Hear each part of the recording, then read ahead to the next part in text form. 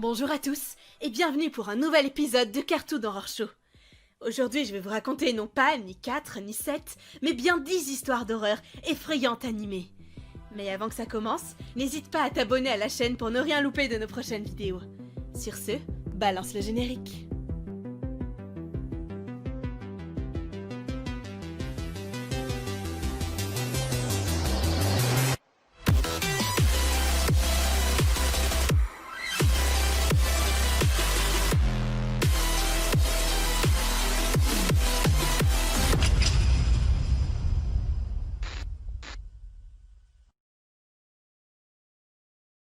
Je m'appelle Amy, et ça s'est passé quand j'avais 16 ans.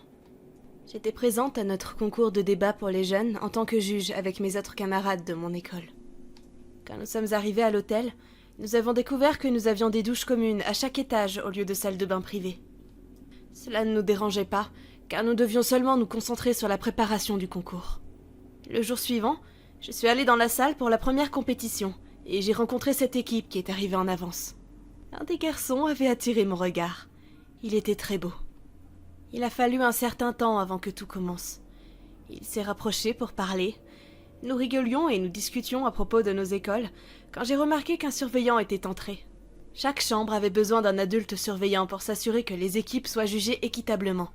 Ils n'ont rien porté de spécial pour se distinguer de tous les autres invités, simplement des vêtements traditionnels. C'est alors qu'il y eut une demoiselle qui semblait avoir une vingtaine d'années et portait une robe sale avec des fleurs imprimées.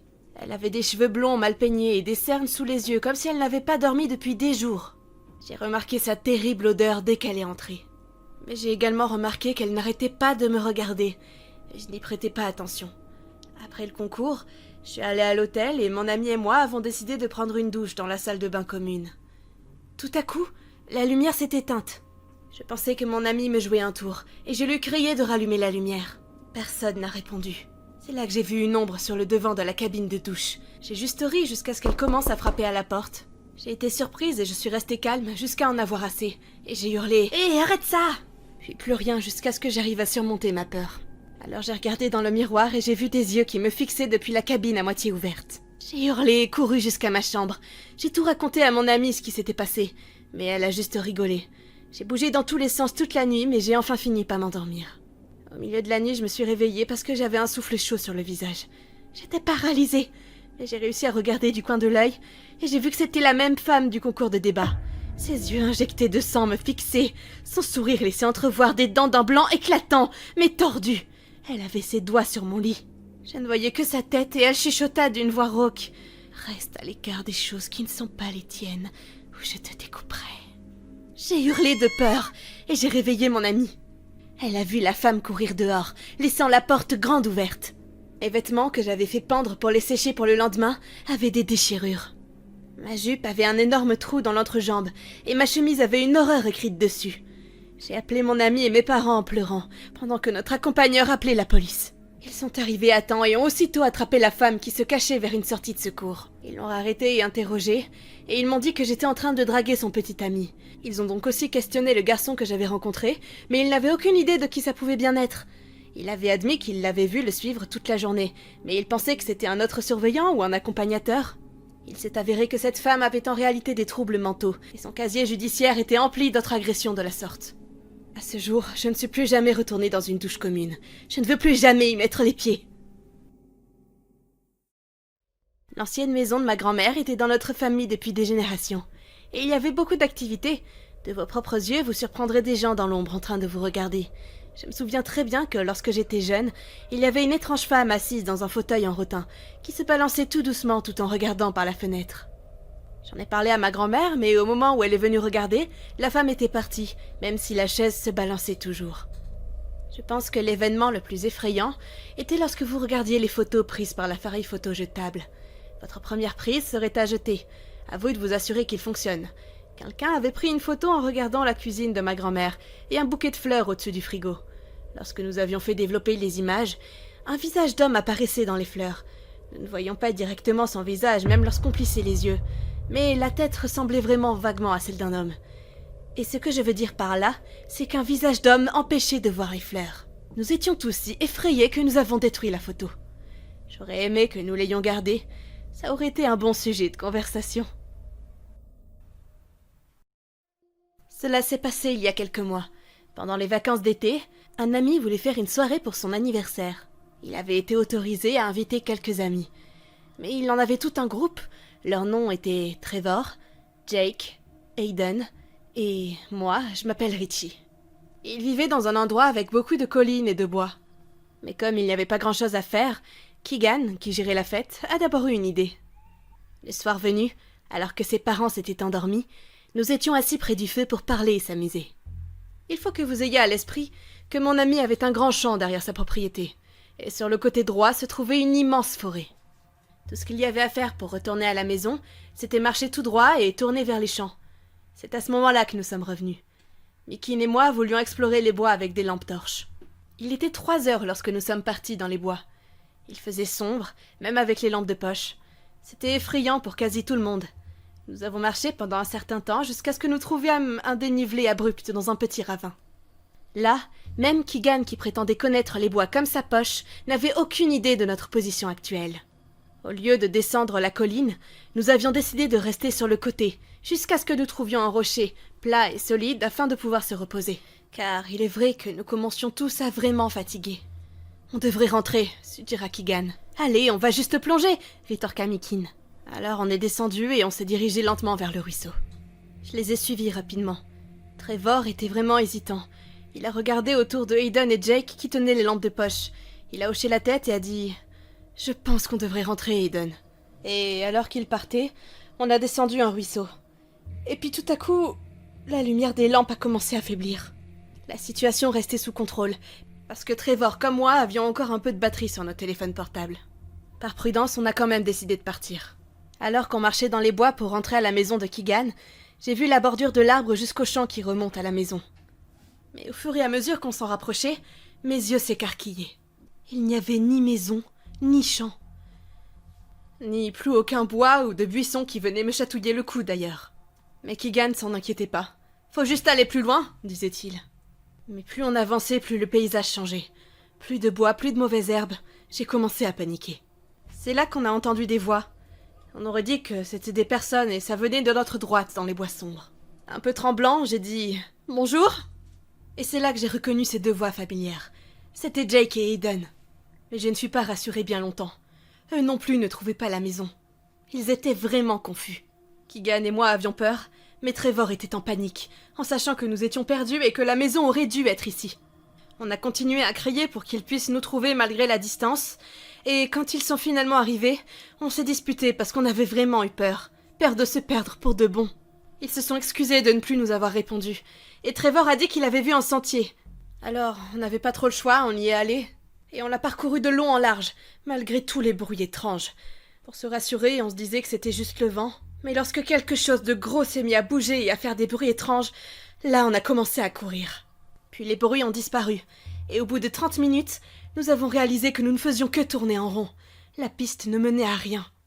On a recommencé à se disputer sans savoir quoi faire. C'est là qu'on a remarqué une faible lueur dans la montagne.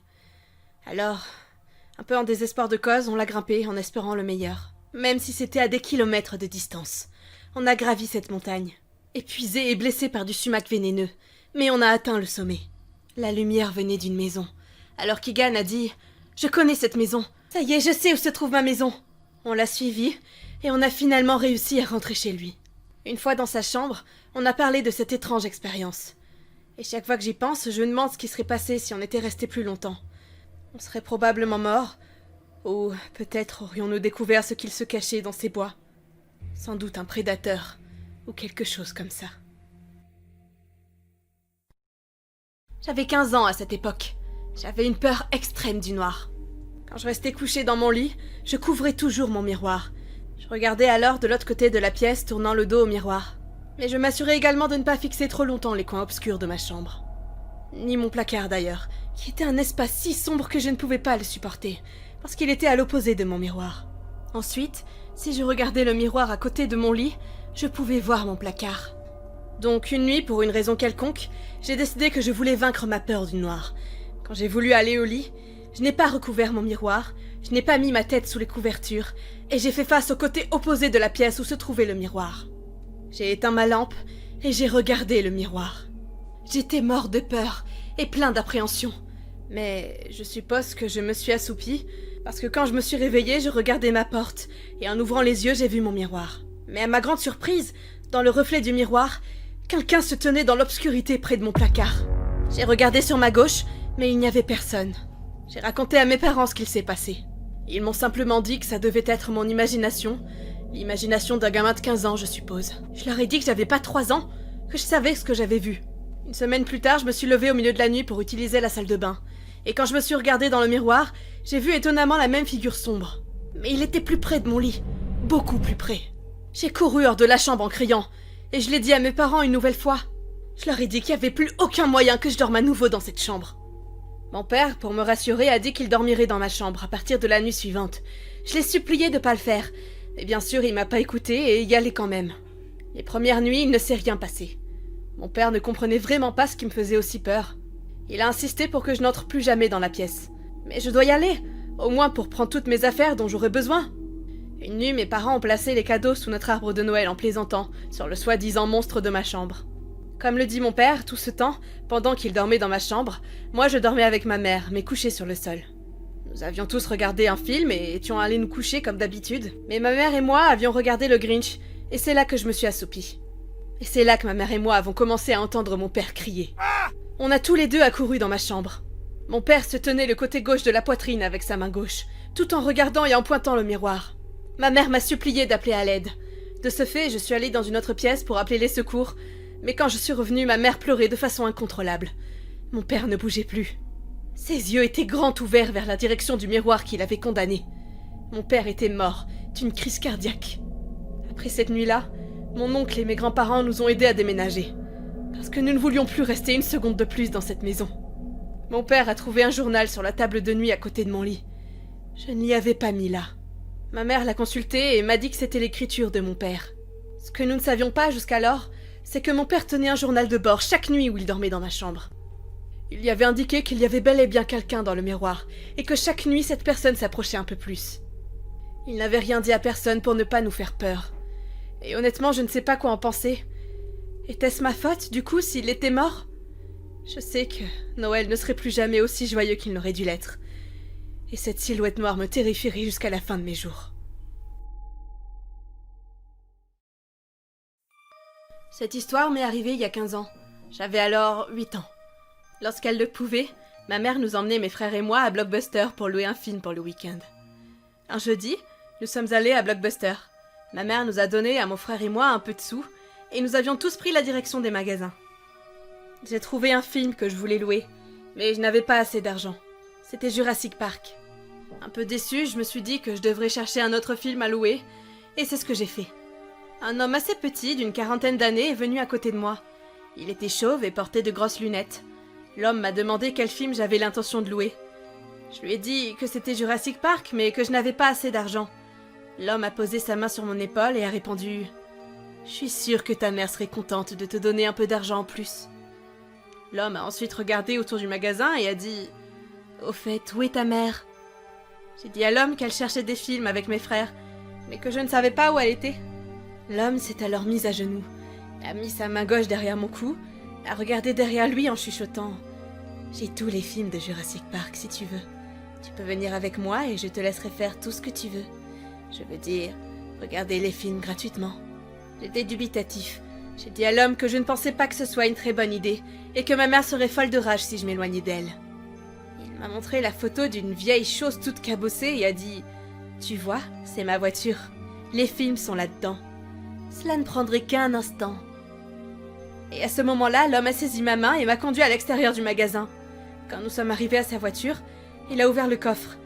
Il a dit que les films étaient par là et que je devais entrer les chercher. Puis il est monté dans la voiture et l'a fait démarrer. Je ne suis pas montée dans la voiture de l'homme, mais je lui ai demandé quels étaient les films. Quand j'ai dit à l'homme que j'allais revenir, il est sorti de la voiture et a commencé à s'approcher rapidement. À ce moment-là, ma mère est sortie du magasin et a prononcé mon prénom. Dès qu'elle est sortie, l'homme est monté dans sa voiture et est parti à toute allure. Après avoir répondu à toutes les questions de ma mère et lui avoir raconté en détail tout ce qu'il s'était passé, elle en a immédiatement parlé aux personnes qui travaillaient dans le magasin, et elle leur a dit d'appeler la police. En seulement quelques jours, l'homme a été identifié grâce à sa plaque d'immatriculation. Heureusement, il avait suffi de regarder la caméra de sécurité. Apparemment, l'homme avait déjà été arrêté dans le passé pour tentative de kidnapping. Maintenant que je suis un adulte et que j'y repense, je suis heureux que ma mère ait été là pour arrêter tout ce que cet homme avait planifié. Quand j'étais plus jeune, j'ai travaillé dans une superproduction, surtout en fin de journée et la nuit. Je n'ai jamais eu affaire à des événements particuliers lorsque je travaillais, sauf en pleine nuit. Je pense que c'était une soirée calme un lundi. Un homme barbu d'une 50aine d'années est venu dans le magasin. Il portait des affaires d'hiver, une tunique, un manteau de cuir noir, des jeans sales foncés et des bottes. Il s'est approché du comptoir où j'étais en train de travailler et il a vidé un sac en plastique qu'il portait. Il a mis sur le comptoir 2 jeux vidéo et quelques DVD. L'homme m'a dit qu'il souhaitait les échanger contre de l'argent. Je pouvais sentir l'alcool dans son haleine, et il semblait être un peu ivre. Après avoir scanné tous les articles, j'ai dit à l'homme ce que je pouvais lui en donner. L'homme m'a regardé avec un air en colère et plein de contrariété. Il a répondu « C'est quoi ça ?» Je me suis excusée auprès de lui, mais il a dit qu'il s'attendait à recevoir au moins 200 $. Je ne sais pas d'où il sortait cette estimation foireuse, mais je lui ai dit que c'était tout ce qu'il valait, quelques pauvres maigres dollars, et que c'était tout ce qu'il pourrait obtenir pour eux. Sans rien dire, et avec agressivité, l'homme s'est emparé de ses DVD et ses jeux pour les remettre dans son sac. Il a quitté le magasin en jurant dans sa barbe. Quand j'ai fini mon service plus tard dans la nuit, je me suis rendue à ma voiture garée sur le parking, et pour une raison que j'ignore, celle-ci ne voulait pas démarrer. J'ai pensé à prendre le bus et m'occuper de ma voiture le lendemain. Le bus est arrivé, mais alors que j'avançais vers lui, j'ai vu le même homme que tout à l'heure. Nous nous sommes regardés, et je suis presque sûre qu'il m'avait reconnu, pendant tout le trajet de bus. Je sentais que cet homme m'observait. J'avais peur de me retourner. Je ne voulais pas que l'homme sache que je savais qu'il me regardait. Mon arrêt approchait, et je me suis levée pour me préparer à descendre du bus, et j'ai remarqué que l'homme en faisait tout autant. J'avais le sentiment qu'il allait sortir, et me suivre jusqu'à chez moi, où il essaierait de m'attaquer. Dès que les portes du bus se sont ouvertes, j'ai remercié le chauffeur et je suis rentrée d'une marche rapide chez moi. Je ne fus pas le moins du monde surpris lorsque j'ai regardé derrière moi et que j'ai vu l'homme sortir du bus également, en train de me suivre. L'homme prenait exactement les mêmes directions et les mêmes chemins que moi, et il semblait accélérer à chaque pas. La seule occasion que j'avais d'être enfin hors de portée de cet homme était lorsque j'avais tourné au coin de la rue. Je me suis mis à courir et je me suis cachée derrière un mur en briques. Je ne l'ai pas revu après, et j'ai réussi à rentrer chez moi. Je savais que l'homme préparait quelque chose de sinistre, et je suis vraiment heureux d'avoir pu lui échapper. Je suis restée paranoïaque pendant quelque temps. Je pensais qu'il m'avait suivi jusqu'à chez moi d'une manière ou d'une autre, et qu'il savait où je vivais, à mon insu. J'avais récemment été à la rencontre de mon frère aîné, dont le prénom est Timothy. Ça faisait un certain temps qu'on ne s'était pas vus, et on s'est rappelé tous les bons souvenirs que nous avions eus enfants. Puis, un sujet a été évoqué.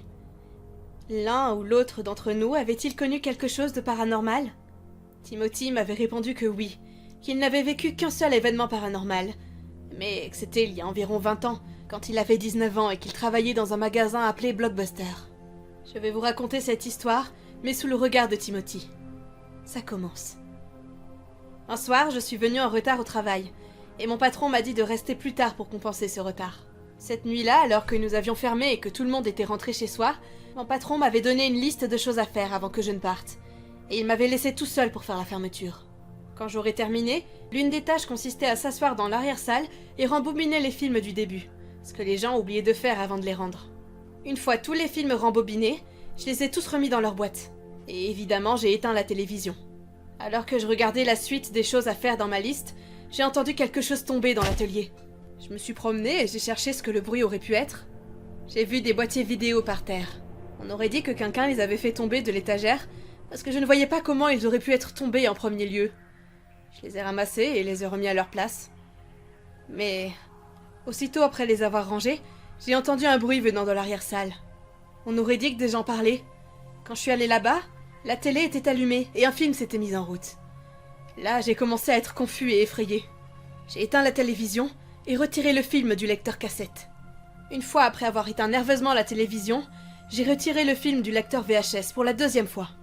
Je suis ensuite allée à l'atelier pour ranger les films qui y étaient exposés. J'ai commencé à vouloir vraiment rentrer chez moi. Pendant que je faisais du rangement, j'ai remarqué qu'il y avait de nouveau des cassettes de films sur le sol. Il ne s'agissait que de quelques-unes, Mais c'étaient les mêmes que j'avais ramassés quelques minutes plus tôt. Je me suis assurée de les ranger correctement, afin qu'elles ne puissent plus tomber de nouveau. J'avais l'impression de ne pas être seule cette nuit-là.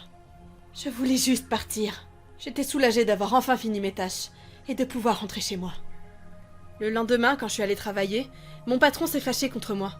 Il m'a demandé pourquoi diable j'avais laissé la télé allumée dans l'arrière-salle, et pourquoi est-ce qu'il y avait des cassettes de films sur le sol. Je lui ai demandé quelles cassettes c'était, mais au fond de moi je le savais déjà. Il m'a confirmé que c'était bien les mêmes qui étaient déjà tombées 2 fois.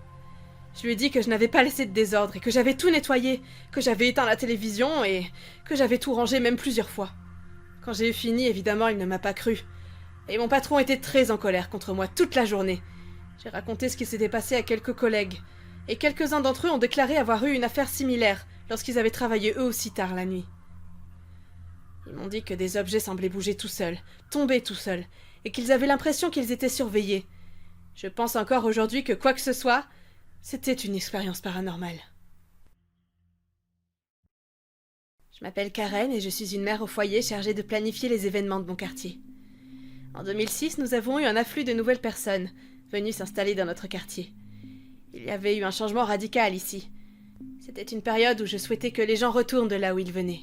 Le taux de cambriolage dans le quartier ainsi que de criminalité avait augmenté soudainement.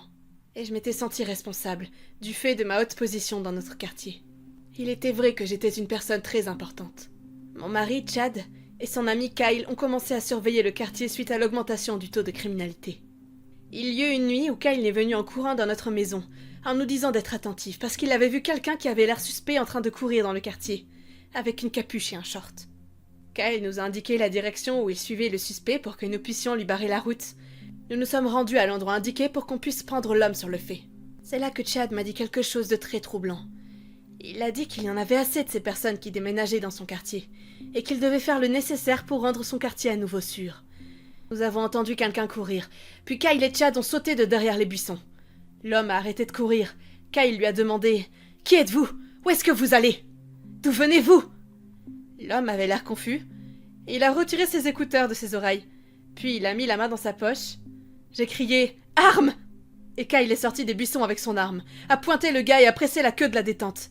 Mais elle s'est bloquée. L'homme a sorti son téléphone. Mais c'était juste un téléphone, et il s'est enfui. Kyle et Chad lui ont crié qu'il ferait mieux de s'enfuir et de retourner dans sa ville. Ils lui ont également dit que lui et ses amis n'entreraient plus jamais dans les maisons des gens.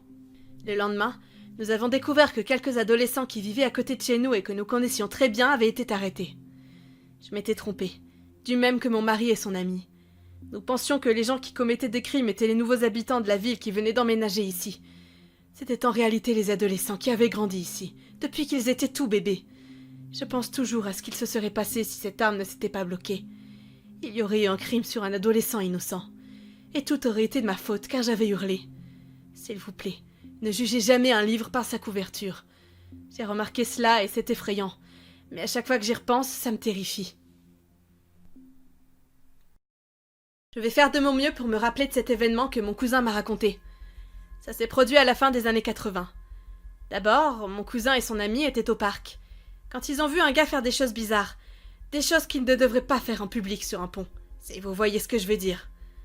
Des jeunes adolescents ont commencé à se moquer de lui. Je crois qu'il a essayé de les faire venir, mais il a fini par les poursuivre tout en jurant que s'il les attrapait, il les tuerait. Ils sont rentrés chez eux et ils l'ont dit à mon oncle, qui faisait 1m80, et avait l'air plutôt en forme à l'époque. Il est retourné au parc et a cherché les gars avec des ados. Je me souviens pas exactement de ce qui s'est passé après, mais les flics ont été appelés, le type a été retrouvé et accusé de séduire un mineur ou quelque chose comme ça. Puis Maya m'a dit qu'en 1991, elle et mon oncle ont commencé à recevoir des appels des journalistes. Ils s'interrogeaient sur les accusations portées contre un type dans les informations. Si son nom leur était familier et si ce qui s'était passé avec son fils...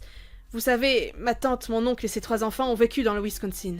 Le type, que mon cousin et ses amis ont poursuivi, n'était nul autre que Jeffrey Dahmer. Mon cousin est alors passé à la télé. Le type qui devait être la victime mais s'était échappé a fini par attraper Jeffrey Dahmer. Maintenant que j'y pense, j'ai besoin de les appeler afin de me rafraîchir la mémoire sur les événements, puisque c'était il y a presque 30 ans que mon cousin voulait voir s'il avait encore la cassette de cette émission. Ou s'il y a quelque chose sur YouTube. Je me souviens que quand on parlait de l'émission, mon cousin était très nerveux et irrité. Je me sens un peu mal pour lui. Mais je pense tout de même que c'est fou que Jeffrey Dahmer ait failli avoir mon cousin. J'avais 24 ans à l'époque, et je me rendais au travail en voiture. Il y avait moi et ma petite sœur. Elle était venue travailler la nuit avec moi, faire les travaux ménagers. En chemin, elle a reçu un appel. Ça disait que quelque chose n'allait pas avec sa nièce. Elle a dû raccrocher, ce qui est bien sûr quelque chose qu'elle faisait très souvent, et j'ai été forcée de faire demi-tour et de la ramener chez elle. J'ai dû retourner travailler, mais j'ai réalisé que j'allais être en retard. J'ai donc pris un raccourci. Permettez-moi de vous décrire la zone où se trouve mon entreprise. L'entreprise est dans un grand bâtiment situé au beau milieu d'une banlieue, dans une obscurité totale. Je voulais accélérer pour arriver à l'heure au travail, mais je ne le pouvais pas parce que les cerfs ont tendance à sauter devant les voitures sorties de nulle part, tout près de mon travail. Je suis arrivée à un feu et j'ai attendu qu'il passe au vert. C'est là que j'ai senti une légère tape venant de la voiture de derrière moi. Je me suis dit « Ah non, pas maintenant !» Je me suis garée pour vérifier ma voiture et qui était la personne qui m'avait frappée. Je suis sortie et j'ai marché jusqu'à sa voiture. Je lui ai demandé si tout allait bien. J'ai pensé qu'il avait dû s'endormir au volant. Il n'est pas sorti, alors je me suis approchée de sa portière pour lui demander s'il allait bien. Je pouvais voir sa tête grâce à la fenêtre fendue. Mais le gars n'a rien dit. Je lui ai dit qu'il n'y avait pas de dégâts, alors ça devrait aller. J'ai entendu une porte de voiture s'ouvrir. Je me suis retournée et j'ai vu que c'était un gars qui était sorti de la voiture, toujours sans parler. Ce que j'ai fait alors, c'est quelque chose que je regrette encore aujourd'hui. Alors que j'allais vers ma voiture, j'ai remarqué quelque chose. Ses mains étaient extrêmement pâles. Elles étaient blanches. Mais son visage était noir, ce qui paraissait bizarre. Anormalement noir. Je pensais que c'était un masque dans lequel on pouvait voir des parties de sa peau. À ce moment-là, me trouver dans la zone où j'étais m'avait rendu nerveux. Parce que je pensais qu'il portait un visage noir et qu'il avait tapé dans ma voiture à cause de ma couleur de peau. Au moment où je m'apprêtais à partir, d'un seul geste, il a saisi un fusil dans sa voiture et l'a pointé directement sur ma tête. Je me disais sans cesse que j'allais mourir et que personne n'allait savoir parce que j'étais tout seul. J'ai essayé de faire la conversation avec ce gars en lui disant « Vous n'avez vraiment pas à faire ça !» Et c'est là qu'il s'est mis à pleurer de façon incontrôlable. Il a sauté dans sa voiture et est parti. Je suis restée dans l'obscurité près de ma voiture sans bouger un doigt.